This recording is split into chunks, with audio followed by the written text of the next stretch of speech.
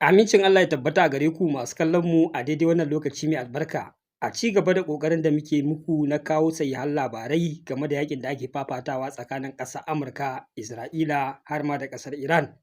A cikin wannan bidiyo zan faɗa muku yadda ƙaiƙayi ya koma kan masheƙiya. Wato duka tarakunan da ƙasar Amurka da ƙasar Yahudu suka ɗana ma Gabas ta Tsakiya da ma sauran ƙasashen da suke yaƙe-yaƙe da su ya koma kansu, ma'ana ƙasar Rasha da China da kuma sauran ƙasashen Larabawa. Haka zalika da yadda ƙasar Amurka ta tafka mummunan asara kuma a ƙarshe ta tsinci kanta a cikin tsaka mai wuya. Ku biyo ni cikin wannan bidiyo. Kamar yadda na sha faɗa muku a bidiyoyin da suka gabata, kowa ya sani ƙasar Amurka shi fa wannan yaƙi ba ta shirya shi ba ne ta yi shi gadan-gadan a yi ɗauki ba daɗi a ɗauki tsawon lokaci ana yin shi. Shirya shi suka yi su yi shi ɗan ƙanƙanin lokaci tarko ya kama su, wanda kamar yadda nake gaya muku a bidiyoyin da ya gabata sun so su yi irin salon da suka yi amfani a ƙasar Venezuela da yaƙin da bai gaza sati ɗaya ba an yi an gama, to haka ma aka so a ƙasar Iran. Kun ga dukkan wani abu da suke tunanin zai faru, balantana har shirye-shiryen da suka yi a baya su rushe, musamman yaƙin da suke ciki a ƙasar Ukraine na tsawon shekara 4 da kuma fafatawar da ake yi tsakaninsu da ƙasar China a ɓangaren tarif. Wato wannan yaƙi na ƙasar Iran ya janyo musu mummunar asara. Putin shugaban ƙasar Rasha yana cikin tsaka mai wuya domin yaƙi yake da ƙasashen duniya sama da guda 40 a lokaci guda a ƙasar Ukraine. Ƙasashen nan sun lashe takobin ko ta halin ƙaƙa sai sun ga bayan ƙasar Rasha. Suna ta bulbula makamai na biliyoyin kuɗaɗe, suna ta tura mashinarin sojoji janar-janar ɗinsu a cikin wannan ƙasa. Suna aikawa da manya-manyan jiragen yaƙi nau'ika daban-daban, tankokin yaƙi, duka ana tunkarar sojojin ƙasar Rasha. Maganar da ake yi a wannan yaƙi da ake fafatawa a ƙasar Ukraine da Rasha, ana hasashen ƙasar Ukraine kaɗai ta rasa sojoji sama da guda miliyan 1.5. Kun ga ko wannan ba ƙaramin ƙazamin yaƙi ake fafatawa ba a wannan fanni. Wato kawai sai ƙasar Amurka ta zo ta faɗa wannan yaƙi wanda ya ceci shugaban ƙasar Rasha Vladimir Putin kuma ya ceci ƙasar China. Ga yadda lamarin ya kasance. Bayan ƙasar Amurka ta riga ta tsinci kanta a wannan tarko na yaƙin da ta tsoma kanta da kanta, wanda ƙasar Yahudu ta janyo ta a zo a cika mata muradinta na durƙusar da ƙasar Iran, sannan ta samu fili da fage na cika muradanta na ƙafa gare ta Israel, wanda yanzu a cikin ƙasashe guda biyu kacal da suka zama mata ƙarfen ƙafa daga ƙasar Iran sai ƙasar Turkey, wanda gab da za a gama wannan yaƙi ƙasar Yahuda ta fara shirye da za ta takali ƙasar Turkey da faɗa bayan ta murƙushe ƙasar Iran ta gama da su. Shikenan Gabas ta Tsakiya ta zama mata tulluwa lebur, sai kuma ƙasar Iran ɗin ba a kammala da ita ba. Har yau dai faɗa ana ci gaba da fafata shi. Shugaban ƙasar Rasha Vladimir Putin a daidai lokacin da ake wannan tsaka wuya ya so ya tallafa ma ƙasar Iran, a tunaninsa kamar ƙila ta iya yiwuwa waɗannan ƙasashe guda biyu su yi nasara akan ƙasar Iran, wanda ya so ya sulhunta ta hanyar cewa a maimakon ƙasar Iran ta amince ta ba da tataccen uranium ɗinta ga ƙasar Amurka, to shi yana tayin cewa zai karɓi wannan tataccen uranium ɗin a ajiye shi a ƙasar Rasha, wanda har zuwa yarjejeniya na tsawon shekara nawa ne aka cimma yarjejeniyar za a iya barin ƙasar Iran ta ci gaba da amfani da wannan tataccen uranium ɗin nata, wanda nan da nan ƙasar Amurka ta nuna rashin amincewa.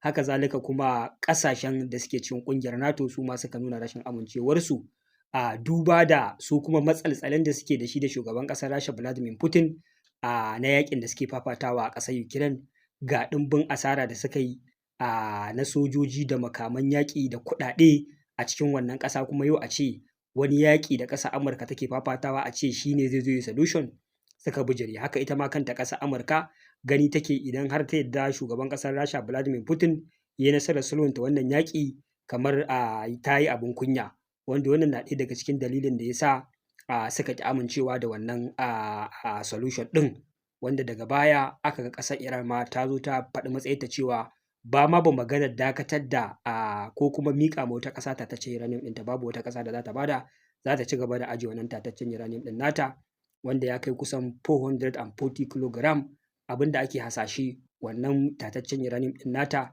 zai iya ƙera makaman nukiliya guda 11 a cikin sati ɗaya kacal, wanda wannan babban nasara ce ƙasar Iran ta samu, ba daban wannan katsalandan da aka mata ba da yanzu ta riga ta shallake dukkan waɗannan tarakuna da wannan ɗauki ba daɗi da ake yi da ita. domin idan fa kana da makamin nukiliya magana ce ta in kaga za a shafe ka ƙasar ka kai ma ka harba, ko da ba su harba ƙasar Amurka ba ga ƙasar Yahudu nan, yau a ce ƙasar Iran tana da nukiliya 10 kacal ya ishe ta kawai, ba wanda ya isa ya ƙara taɓa ta. Domin duk wani abu da aka yi ƙunƙuri za a yi ma ƙasar Iran tana iya amfani da waɗannan makaman ta harba ƙasar maƙota, kawai shikenan labari ya ƙare. Su kuma sun fi kowa tsoron mutuwa. Duk wannan yaƙe-yaƙen da kuke ganin suna yi, ganin cewa ƙasashen da suke yaƙa ba su da waɗannan makaman ne. Amma fa da suna da shi, na rantse muku da Allah ba za ma su iya yadda a fara yaƙin ba, balantana a ce za a kai ga wannan mataki. Musamman gagarumar barazanar da Donald Trump yake yi na cewa zai shafe civilization ɗin ƙasar Iran, zai rusa cibiyoyin wutar lantarki, gadoji da sauransu. To irin wannan barazanar ita ce ake amfani da irin wannan makami, domin duk wanda ya maka wannan barazana to so yake shafe ka a doron ƙasa. To ita ma da ana yi mata wannan da barazanar, za ta yi barazana cewa fa idan aka yi hakan ga abin da zai faru da ƙasar Yahudu, kuma na san dole sai an dakata. Wanda shi ne kawai ɗan tangarɗa da ƙasar Iran ta samu, ba ta riga ta mallaki wannan makami ba, wannan yaƙi ya ritsa da ita kuma ake ci gaba da fafatawa. Wanda bayan ƙasar Amurka da abokanta sun ƙi amincewa Donald Trump ya kawo ƙarshen wannan takaddama da cece-kuce da ake yi da kan mallakar makamin nukiliyar ƙasar Iran, su kuma sai suka ƙara jefa kansu tsaka mai wuya, aka ci gaba da fafata wannan yaƙi, wanda wannan yaƙi ya ƙara haifar da tsada da hawa ɗanyen mai a faɗin duniya, har ta kai ga inda ƙasar Amurka ta ƙara faɗawa tarko karo na farko kenan. A tsawon shekara 4 da aka yi da wannan yaƙi, tattalin arzikin ƙasar Rasha ya durƙushe, ya yi ƙasa sosai. An fafata yaƙi, ƙasar Rasha ta kashe kuɗaɗe domin da duniya take faɗa, kuma an kai gaɓar da lamari ya fara rincaɓewa a ƙasar Rasha. Kawai sai ga wannan yaƙi da dama kowa ya sani, ƙasar Rasha tana ɗaya daga cikin ƙasa da a duniya take ba wa ƙasashen Europe iskar gas da kuma ɗanyen man fetur. Amma sakamakon wannan yaƙi aka sa mata takunkumin da ta daina fitar da wannan mai da kuma gas da ya karya tattalin arzikinta. Amma abin da kuma Iran ta yi a Strait of Hormuz na dakatar da shige da ficen ɗanyen man fetur, ya nemi ya haukata ƙasashen Turawa suka ruɗe. Kawai shugaban ƙasar Amurka Donald Trump ya tuno da bayan fito da mai daga Gabas Tsakiya, kuma ina ne za a iya samun man da zai iya kawo sauƙi a ƙasashen Turawan yamma. Nan da nan ya waiwaya ɓangaren ƙasar Rasha, ya ce fa ya ɗage wannan takunkumi. Hankalin manyan ƙasashen duniya da suke cikin wannan yaƙi da suka rinka bulbula makamai da dukiyarsu, musamman irin su ƙasar Germany da su Ingila, waɗanda su ne ma suka fi tsananin gaba da ƙasar Rasha, sun yi iya juyin duniya kar Donald Trump ya cire wannan takunkumi. Amma ina ganin cewa fa idan bai cire ba, abubuwa za su ƙara kwaɓe masa, ya cire wannan takunkumi. Ita ko Rasha cire mata wannan takunkumi, ai tamkar a busa mata numfashi ne, a busa mata rai. Wannan tattalin arziki nata da aka yi ƙoƙarin lalatawa tsawon shekara 4, sai ga sha 'yan kwanakin nan da aka cire mata wannan takunkumi, tattalin arziki ya dawo daram-dam yadda yake, yana nema ma ya wuce da. Domin su ma sauran ƙasashen Turawa dama already suna cikin ƙaranci na ɗanyen man fetur, duk da ana wucewa da mai a Strait of Hormuz, amma matsalar rashin gas ɗin Rasha yana taɓa ƙasashensu sosai.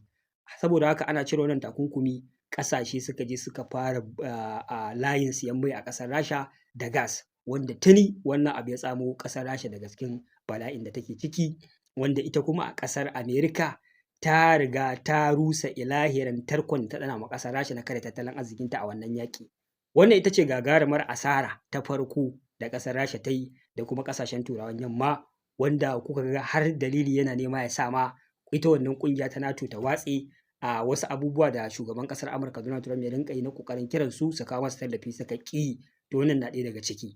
Wato shiri ne suka yi na tsawon shekara 4 ana fafata yaƙi, yau gashi wannan tarko ya koma kansu a dalilin shugaban ƙasar Amurka. Amma fa shi ma bai san haka za ta kasance ba, sakamakon yaƙin ƙasar Iran yaƙi ne da aka shirya shi cikin ɗan ƙanƙanin lokaci a yi shi ya ƙare, ya zama na an shaƙe wa shugaban ƙasar Amurka wuya a wannan yaƙi.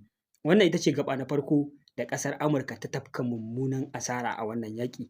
Haka zalika maganar da ake yi fa, a wannan yaƙi da kuke gani an fafata na kwanaki bai wuce 50 ba.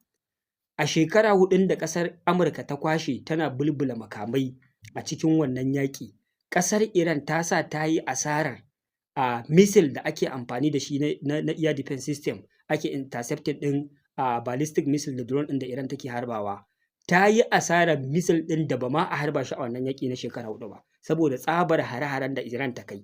A kwana 53 kacal, ƙasar Iran ta sa Amurka ta harba interceptors da sun kai adadin abin da aka harba a shekara 4 a yakin da ake fafatawa a Ukraine. Ban sani ba ko mutane sun fahimci wannan gabar. Wato Air Defense System ɗin ƙasar Amurka, Air Defense System ne mai matuƙar tsadan bala'i, wanda ana hasashen duk interceptor guda ɗaya ya kai kusan dala miliyan 1, wanda mafi akasarin drones da Iran take harbawa ba sa wuce dala 20,000. Wanda wannan dala 20,000 ɗin kuma an sa makami interceptors na dala miliyan 1 an harbo drone ɗin dala miliyan 20. Jama'a waye ya asara? To ƙasar Iran ta sa Amurka ta harba interceptors ɗin da a shekara 4 da aka yi ana yaƙi a Rasha da Ukraine ba a harba su ba. Wanda hakan ya gigita a ma'ajiyar makaman ƙasar Amurka. Wanda kuma su wannan interceptors ɗin ba wai abu bane kawai da za a iya share wata 1 ko wata 2 a ƙirƙire su a maida su kamar yadda suke. An yi hasashen cewa waɗannan interceptors ɗin kafin a maida adadin abin da aka harba a ɗan wannan yaƙi da aka fafata, aƙalla zai iya shafe shekara 3 kafin a maida su. Wanda har yanzu ƙasar Amurka ta ƙi fitowa ta faɗi asalin abin da ke faruwa da dalilin da ya sa ta ƙi zaƙewa ta ci gaba da wannan yaƙi. Amma maganan da ake ma'ajiyar rumbun makaman ƙasar Amurka ya fai ƙasa, musamman interceptors. Amma mutum da yake da lura da fahimta yake bibiyar labarai ya ga yadda ƙasar Amurka a lokacin da ake tsaka da yaƙin nan, inda da kwai interceptors da kwai kuma Air Defense System a ma'ajiyar makaman ƙasar Amurka, to da a lokacin da ake wannan yaƙin da ƙasar Iran ta ƙoƙƙona Air Defense System ɗin ƙasar Amurka da suke ƙasashen Larabawa, to da daga ƙasar Amurka za a ringa ɗauko wasu ana kawowa ina Gabas ta Tsakiya. Amma sai aka ga ƙasar Amurka tana neman a bata Air Defense System ɗin da ta ba wasu ƙasashe irin su Japan da wasu ƙasashe na ƙungiyar NATO, wato a ɗauko waɗannan Air Defense System ɗin da interceptors ɗinsu a zo a kawo Gabas ta Tsakiya. Ma'ana ita a ƙasar ta menene? Babu kenan. To wannan shine wani abu da ya ƙara bayyana na mummunar asarar da ƙasar Amurka ta yi a wannan yaƙi. Wato ƙasar Iran ta yi nasara gaba da baya, ciki da bai a cikin wannan yaƙi, amma saboda media da tactics da salo irin na Amurka take ta ɓoye wasu abubuwa, ba ma ta bari hankulan mutane ya kai balantana a tattauna su. Wanda a yanzu haka maganar da ake yi a bayan ta gama yin dukkan irin barazanar da za ta yi a faɗin duniya wa ƙasar Iran na cewa ta dawo kan teburin sulhu a yi wannan tattaunawa, ina ƙasar Iran ai ta riga ta yi calculation ɗin komai, ta riga ta gano halin da ƙasar Amurka take ciki. A don haka ne ma kuka ga ta yi wannan tarjiyar da a ƙasar Amurka a ƙarshe dai sai dai ta extending ɗin ceasefire ba ta da mafita. Da kuma yadda na kawo muku bayanai cewa baya ga ƙasar Rasha duk ta bi waɗannan hanyoyi don ta taimaki ita a ɓangaren ta taimakon ƙasar Iran za ta yi, amma a ƙarshe kuma abin ya zo ya faɗa kan ƙasar Amurka. To a ƙarshe ta ajiye makamai kamar yadda na gaya muku hypersonic zakon hypersonic missile a ƙasar Iran, wanda za a yi amfani da shi gurin tarwatsa waɗannan jiragen yaƙi da aka yi naval blockade da su, wanda kuma ƙasar Iran ta zama invisible. Sannan ƙasar Iran ta ƙara da abubuwa guda 2 akan wanda za ta yi, shine ta ce fa idan aka ci gaba da kai mata hari bayan an fara wannan yaƙi, to ilahirin waɗannan ƙasashe na Gabas ta Tsakiya sai an daina haƙan mai a cikinsu. Wato za ta lalata refineries ɗinsu da kuma rijiyoyin man da ake haƙo man, wanda wannan kuma ita ma wata barazana ce kan barazana. Idan ko Iran ta yi nasara haka, to ina ganin maganar halin da duniya za ta shiga ma ya wuce gona da iri. Tunda yanzu ba fa hana wucewa da man aka yi, ba maganar hana haƙo shi ba. Yanzu idan ƙasar Iran ta yi nasarar farmakar waɗannan rijiyoyin mai da refineries ɗin ƙasashen Gabas Tsakiya, to ina ganin duniya masifa da bala'in da za ta shiga ya wuce yadda mutane suke tunani. Kuma kun san abu ne mai sauƙi ƙasar Iran ta yi haka, domin ba ma rijiyoyin man waɗannan ƙasar ba, base ɗin ƙasar Amurka da suke da radars, suke da Air Defense System, sai da ƙasar Iran ta yi nasarar kace-kace da su a waɗannan kwanakin da aka yi ana yaƙi. Balantana kuma su waɗannan ƙasashen Larabawan waɗannan gurare ba wani tsaro da suke da shi yadda ya kamata. Ƙasar Iran za ta iya cika waɗannan abubuwa da ta lashe takobi za ta yi. A don haka wannan yaƙi nasara ce akan nasara. Ƙasar Amurka ta riga ta faɗi warwas a kowace irin gaba. Yanzu kawai borin kunya take yi da neman mafita a wannan yaƙi. Ina tabbatar muku da zai wuya a ci gaba da wannan yaƙi in dai ba ƙasar Amurka daga baya ta ƙara gano wani lago ko wata hanya da ta samu akan ƙasar Iran ba. Amma in dai a condition ɗin da ake ciki a yanzu ne, ina tabbatar muku da ina ƙasar Amurka ta riga ta faɗa tsaka mai wuya, ta shiga tarkon da ta kasa ficewa daga cikin shi. Wannan shine halin da ake ciki. A nan za mu dakata sai a bidiyo na gaba. Wassalamu alaikum wa rahmatullahi ta'ala wa barakatuh.